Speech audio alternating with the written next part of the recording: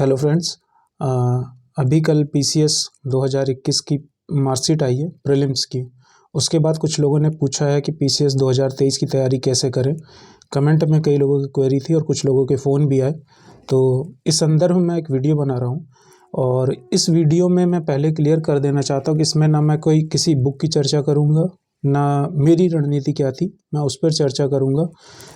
यहाँ पर सिर्फ एक कहावत के थ्रू मैं आपको क्लियर कर देना चाहता हूँ कि इस वीडियो में क्या होने वाला है। एक कहावत है कि किसी को मछली देने से अच्छा है कि उसको मछली पकड़ना सिखा देना।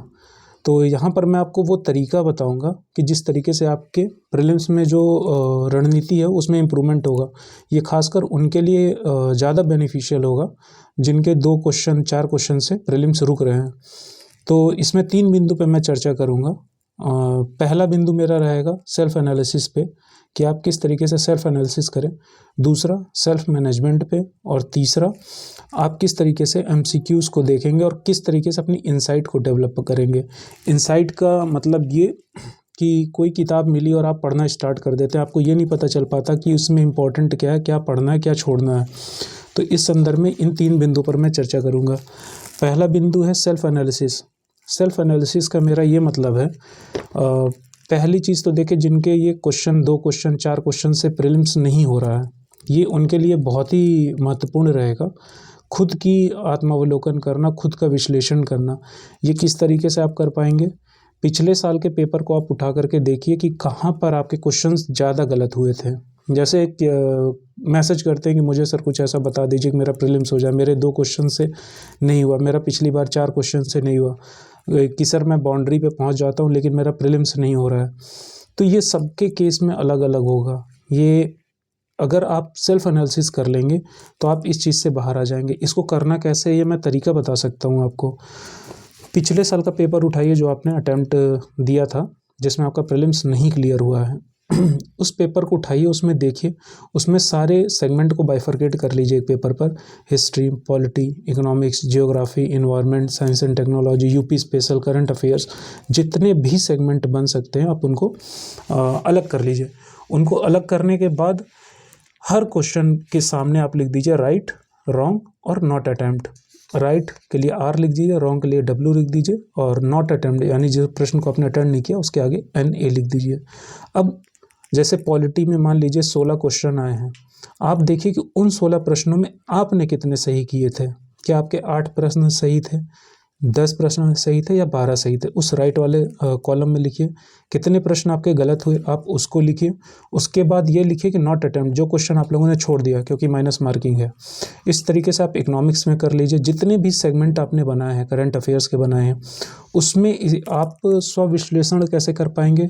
जब आप लास्ट में क्वेश्चन देखेंगे, और पॉलिटी को ही मैं उदाहरण लेता हूँ कि मान लीजिए 15 क्वेश्चन आए थे, आपके 8 सही हुए, 3 गलत हुए और बाकी आपने नॉट अटेम्प्ट में डाल दिया।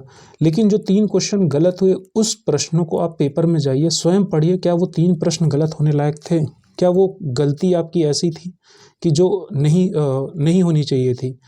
इसी तरीके से जब आप इकोनॉमिक्स में, करंट अफेयर्स में, सब में करेंगे तो आपको अपनी कमियां पता चल जाएंगी। जैसे मैंने अपने पेपर में किया तो मुझे पता चला मेरे करंट अफेयर्स में बहुत सारे क्वेश्चन गलत हो रहे थे। आफ्टर निगेटिव मार्किंग 14 से 15 क्वेश्चन मेरे सही निकल रहे थे। तो मुझे पता चल गया कि मुझे करंट अफेयर्स पे मेहनत करनी है। पिछले 2 साल के पेपर को अगर आप ऐसे एनालिसिस कर ले रहे हैं, पॉलिटी में आप देखेंगे ईजी क्वेश्चन आप गलत करके आए होंगे। अगर बायोलॉजी को कोई क्वेश्चन आया होगा प्रीलिम्स में तो आप देखेंगे 1 से 2 प्रश्न आप विटामिन के क्वेश्चन में गलत कर देंगे, या कोई हिस्ट्री का एक बेसिक सा प्रश्न पूछा जाएगा आप उसको गलत कर देंगे। इस तरीके से हर सेगमेंट में आप 1-1 क्वेश्चन 2-2 क्वेश्चन बेसिक गलत करते हैं जो गलत नहीं होना चाहिए, लेकिन आपने कभी उसको एनालिसिस नहीं किया इसलिए आप उस पर ध्यान नहीं दे पा रहे हैं। जैसे आप देखेंगे कई बार हम ओवर कॉन्फिडेंस में जाते हैं, हमें पता चलता है कि ये सेगमेंट तो मेरा बहुत अच्छा है, इसको मैं कम पढ़ूंगा। जैसे आपका ऑप्शनल अगर ज्योग्राफी है तो हो सकता है आप ज्योग्राफी को कम ध्यान से पढ़ते हो, लेकिन आप एनालिसिस करेंगे तो आपको पता चलेगा कि अगर उसमें से 15 क्वेश्चन आए हैं तो हो सकता है आपको उसमें 5 ही क्वेश्चन मिले। आफ्टर माइनस मार्किंग आप देखेंगे कि आपके 5 से 6 क्वेश्चन ही निकले होंगे। ऐसी स्थिति बन सकती है। तो पहला बिंदु मेरा सेल्फ एनालिसिस। सेल्फ एनालिसिस आपको सिर्फ खुद के पेपर का खुद का एनालिसिस करना है, क्योंकि किसी एक व्यक्ति को ये कहना कि उसका भी 2 नंबर से रुका था, आपका भी 2 नंबर से रुका था, तो सेम सेगमेंट में या सेम गलती हो रही हो, ऐसा ज़रूरी नहीं है। तो सेल्फ एनालिसिस करेंगे, आपको 12 से 15 क्वेश्चन का रास्ता दिख जाएगा कि कहाँ पर आपकी मिस्टेक हो रही है, पढ़े हुए मिस्टेक हो रहे हैं, गलत गोले आप भर दे रहे हैं, या किसी पेपर को लेकर आप ओवर कॉन्फिडेंट हैं। ओवर कॉन्फिडेंट हैं इस वजह से आप उसको पढ़ते नहीं हैं या ध्यान से नहीं पढ़ते हैं, और वो पेपर में आपको कम क्वेश्चन आते हैं, उसमें कम सही कर पाते हैं, जितना आपका पोटेंशियल है आप उतना सही नहीं कर पा रहे हैं।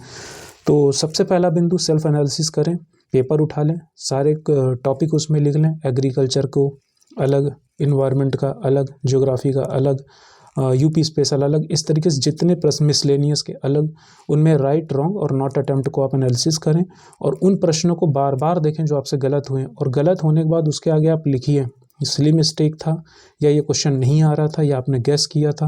आप देखेंगे आपको 8 से 10 क्वेश्चन ऐसे मिलेंगे जो क्वेश्चन गलत नहीं होने चाहिए थे लेकिन आपने गलत किए।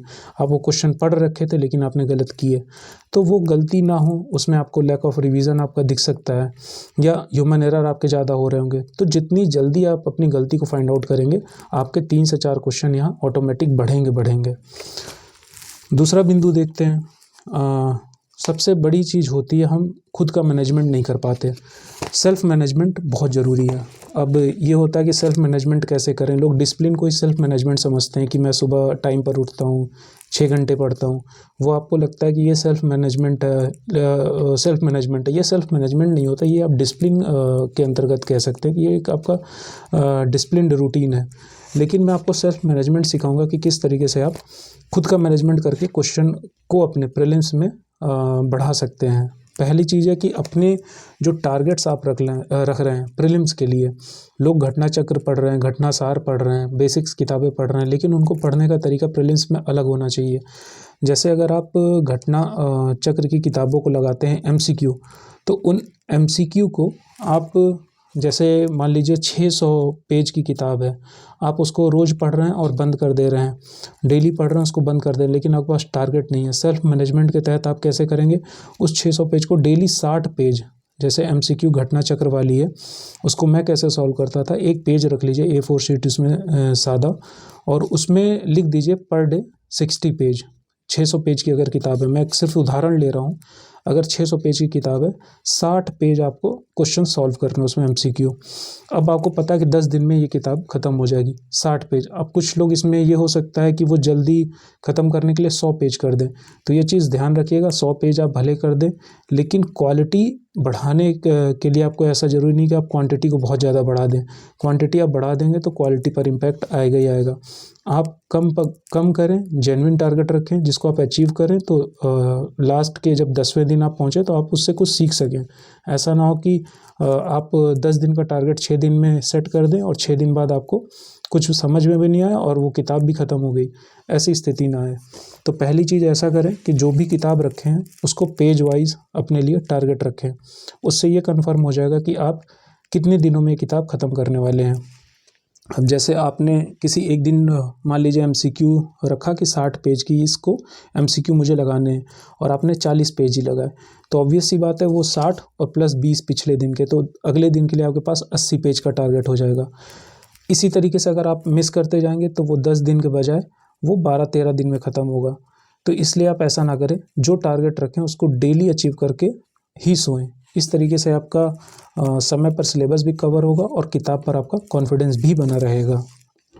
तो स्वयं का प्रबंधन का एक बिंदु तो ये हुआ कि किताबों को पढ़ना कैसे है, कि आप किस तरीके से टारगेट रखेंगे। मान लीजिए 300 पेज की कोई किताब है तो उसको 7 पेज 8 पेज आप रख रहे हैं, साथ में आप 40-50 कुछ पेज की MCQ भी सॉल्व कर रहे हैं, एक टेस्ट सीरीज़ भी लगा रहे हैं। तो इस तरीके से एक डायरी बना लीजिए जिसमें आप प्रतिदिन इस चीज़ को लिखेंगे कि आज का टारगेट क्या है, एक हफ्ते का टारगेट क्या है।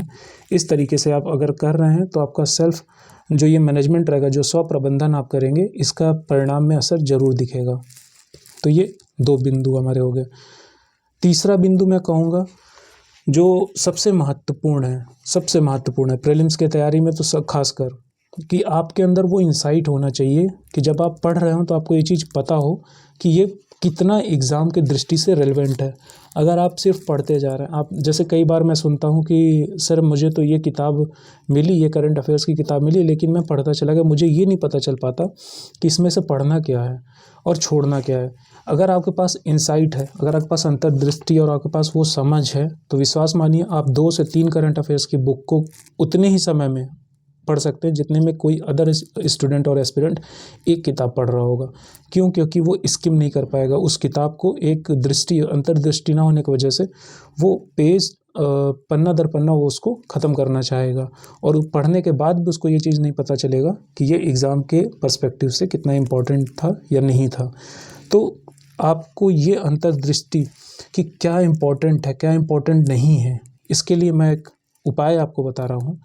पिछले 3 साल का आप पेपर रख लीजिए। जैसे आपके पास 2020, 2021, 2022 का प्रीलिम्स का पेपर आपके टेबल पर होना ही चाहिए। अगर वो आपके स्वयं के पेपर हैं, बढ़िया है, अगर नहीं है तो आप फ़ोटोकॉपी करा लीजिए।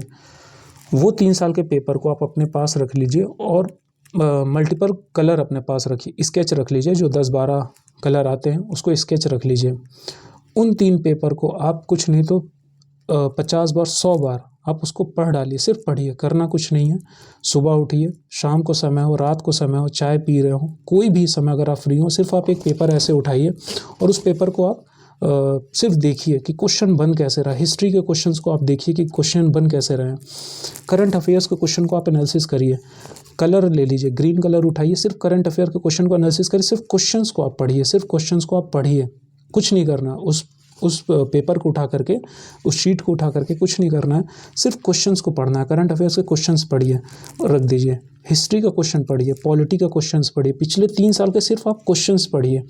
वो जब प्रश्न आप बार बार पढ़ेंगे, बार बार पढ़ेंगे, बार बार उससे गो थ्रू होंगे, तो आपको समझ में आने लगेगा कि क्वेश्चन बनते किस तरीके से हैं, क्वेश्चन पूछे जाते हैं, क्वेश्चन का स्टैंडर्ड क्या है। करंट अफेयर्स में ये आपको बहुत ज़्यादा हेल्प करेगी अगर आप इस तरीके से पढ़ ले रहे हैं, क्वेश्चंस को आप एनालिसिस कर रहे हैं। तो विश्वास मानिए कि वो जो प्रश्न आप देखेंगे, बार बार गो थ्रू होंगे। जैसे मैं अपने टेबल पे 3-4 साल का पेपर ज़रूर रखता था, चाहे वो प्रीलिम्स की बात हो, चाहे वो मेंस की बात हो। सिर्फ क्वेश्चंस को पढ़ना ही आपकी अंतर्दृष्टि को विकसित करेगा। मान लीजिए आपने एक बुक उठाई, घटनासार आपने उठाया, एक दूसरा व्यक्ति भी है जो सिर्फ क्वेश्चन पेपर के दिन ही, एग्ज़ाम वाले दिन ही पेपर देखता है, उसके बाद वो पेपर नहीं देखता है किस तरीके के प्रश्न बन रहे हैं। उसकी अंतर्दृष्टि और उस व्यक्ति की अंतर्दृष्टि जो 3-4 सालों के पेपर को 100 बार देख चुका है, 100 बार देख चुका है, विश्वास मानिए वो उस घटनासार को पढ़ते समय उसको पता चल जाएगा इस तरह क्वेश्चन नहीं बनते, इस तरह के ही क्वेश्चन पढ़ते हैं। जो मेरी अंतर्दृष्टि रही प्रीलिम्स को लेके, इस बार जो मैंने 2021 का प्रीलिम्स दिया, मेरे पास बहुत ही कम समय थे, या मैं कह सकता हूँ ना बहुत मेरे पास मटेरियल था। मैं जून 2021 में सर्विस को ज्वाइन किया था, अक्टूबर में प्रीलिम्स होना था, नए डिस्ट्रिक्ट में मैं शिफ्ट हुआ और मेरी जो बुक्स थी, मटेरियल थी, वो सब घर में थे, कुछ दिल्ली में थी। मेरे पास सिर्फ 2-3 महीने थे, लेकिन मेरे पास वो अंतर्दृष्टि थी, मुझे पता था कि क्या पूछता है क्या नहीं पूछता है। मैंने 2 किताब भी लेके आऊँगा तो मैं उसमें से वो चीज़ निकाल लेता था जो एग्ज़ाम के पर्सपेक्टिव से इंपॉर्टेंट होते थे। तो मैं यही आपको सिखा रहा हूँ कि मछली देने से अच्छा है कि मैं आपको मछली पकड़ना सिखा दूँ। मैं आपको किताब बताने से अच्छा है कि उससे अच्छा बता दूँ कि उसको पढ़ना कैसे है। तो इस वीडियो का मेरा मकसद सिर्फ इतना है, आपको बताना कि आप प्रीलिम्स के लिए पढ़े कैसे। और ये जो तीसरा पॉइंट है, ये मान के चलिए इससे ज़्यादा अचूक मैं कुछ नहीं बता सकता। सिर्फ उस पेपर को, 3 साल के पेपर को आपको देखना है, सिर्फ उसके प्रश्नों को देखना है, लिखना है। एक बार ऐसा करिए कि आप करंट अफेयर्स के क्वेश्चंस को लिख डालिए, सिर्फ क्वेश्चन को लिखिए। जैसे अगर बायोटेक्नोलॉजी पे पूछा तो लिख लीजिए बायोटेक्नोलॉजी, नीचे देख लीजिए करंट अफेयर, अगर किसी मिसाइल से पूछा उस मिसाइल का नाम लिख लीजिए। सिर्फ क्वेश्चंस को आप लिखिए, एनालिसिस करिए, पढ़िए, बार बार गो थ्रू होइए। उस क्वेश्चन से जितनी बार आप गुजरेंगे, उतनी बार जब आप मूल किताब पढ़ेंगे या करंट अफेयर्स की किताब पढ़ेंगे, तो आपको ये चीज़ समझ में आने लगेगा। या कोई न्यूज़ आपके सामने फ्लैश हो गया, आपको तुरंत क्लिक करेगा कि ये एग्ज़ाम के पर्सपेक्टिव से इंपॉर्टेंट है, और तुरंत आप उसको अपने नोट में राइट डाउन कर लेंगे। तो ये तीसरे पॉइंट को मैं इसलिए ज़्यादा आपको जोर दे रहा हूँ कि ये तीसरा पॉइंट ही आपको मेंस में भी हेल्प करेगा। जब आप मेंस देने जाएंगे और पिछले 3-4 साल के पेपर को देखेंगे, आपको ये इंसाइट मिल जाएगी, खुद की इंसाइट मिल जाएगी कि क्या पढ़ना है, क्या छोड़ना है। जैसे मैं लोगों को कहता हूँ कि मैंने घटनासार भी पढ़ा, ई दृष्टि भी पढ़ा और दृष्टि की घटना चक्र वाली भी पढ़ी, मैंने उसके साथ प्रत्युत्तर दर्पण भी पढ़ा। तो इसका मतलब ये नहीं था कि मैंने पाँचों सोर्सेस को पेज दर पेज उसको पढ़ता गया, ऐसा नहीं किया था। मेरे पास वो इंसाइट थी, मुझे समझ में आ जाता था कि ये इंपॉर्टेंट है, ये इंपॉर्टेंट नहीं है। मैं प्रत्युत्तर दर्पण अगर 3 महीने की उठा रहा हूँ तो 2 घंटे में मैं उसको स्किम कर सकता था कि इसमें से ये इंपॉर्टेंट है, ये इंपॉर्टेंट नहीं है, उसको मैं पूरी तरह से छोड़ देता था। इवन मैं पेज को पेन से कट भी कर देता था पूरा कि ये इंपॉर्टेंट नहीं है, या उसको काट देता था। तो इस तरीके से अगर आप पढ़ रहे हैं तो विश्वास मानिए आपका प्रीलिम्स 5 से 10 क्वेश्चन आपका इंक्रीज होना ही होना है। सिर्फ इन 3 बातों को फॉलो करिए। पहला चीज़ है कि आप सेल्फ एनालिसिस करिए, पिछले पेपर को उठाइए, देखिए कि आपके प्रश्नों में कहाँ गलती हो रही है, कहाँ पर मिस्टेक हो रही है, पॉलिटिक क्वेश्चन गलत हो रहे हैं, किस सेगमेंट से गलत हो रहे हैं, इन्वायरमेंट के क्वेश्चन अगर 25 पूछे गए तो उसमें से आपके 12 ही क्यों हुए, बाकी रेस्ट क्वेश्चन क्यों गलत हुए, क्या लैक ऑफ रिवीजन था, क्या आपके नोट्स की कमी थी, या आते हुए प्रश्न थे गलत हुए। Self analysis is the must. Second की सेल्फ मैनेजमेंट, आप खुद की नोटबुक बनाइए, उसमें लिखिए कि आज मुझे 30 पेज पढ़ने हैं पॉलिटी के और साथ में 30 पेज सॉल्व करने एमसीक्यू। इस तरीके से आप खुद को मैनेज करिए। और तीसरा बिंदु जो मैंने बताया, अपनी टेबल पर रखिए 3 साल के पेपर को, और उसको सिर्फ क्वेश्चन को आपको देखना है, मल्टीपल कलर्स ले लीजिए अपने हाथ में। पॉलिटी को आप रेड कलर से पूरा तीनों पेपर में कर दीजिए, इकोनॉमिक्स का रहा तो ग्रीन कलर से पूरा उसको कलर कर दीजिए, करंट अफेयर्स के हो सकता है आप हाइलाइटर लगा दीजिए उसमें। तो जब पेपर आप उठाएंगे तो करंट अफेयर्स के क्वेश्चन को आप देखिए पिछले 3 साल के एक ही सिटिंग में बैठ के हिस्ट्री के क्वेश्चन को 3 साल को देख डालिए, पॉलिटी के क्वेश्चन को एक ही सिटिंग में 3 साल में बैठ के देख डालिए। विश्वास मानिए अगर आप ऐसे 1 हफ्ते भी कर लेते हैं, 8वें दिन से आपको समझ में आने लगेगा क्वेश्चन बनते क्या है, क्वेश्चन की प्रवृत्ति क्या है, और आप हमेशा उस बच्चे से लीड में रहेंगे जो सिर्फ एग्ज़ाम वाले दिन पेपर देता है और जब एग्ज़ाम आता है नेक्स्ट तब वो पढ़ाई पे लग जाता है। आप उससे पहले अपनी तैयारी को धार देने के लिए ये 3 चीज़ करिए। नेक्स्ट वीडियो में आपको बताऊंगा कि मेरा सोर्स क्या था, मटेरियल क्या था, और आप क्या पढ़ करके अपने प्रीलिम्स को एश्योर कर सकते हैं। Thank you.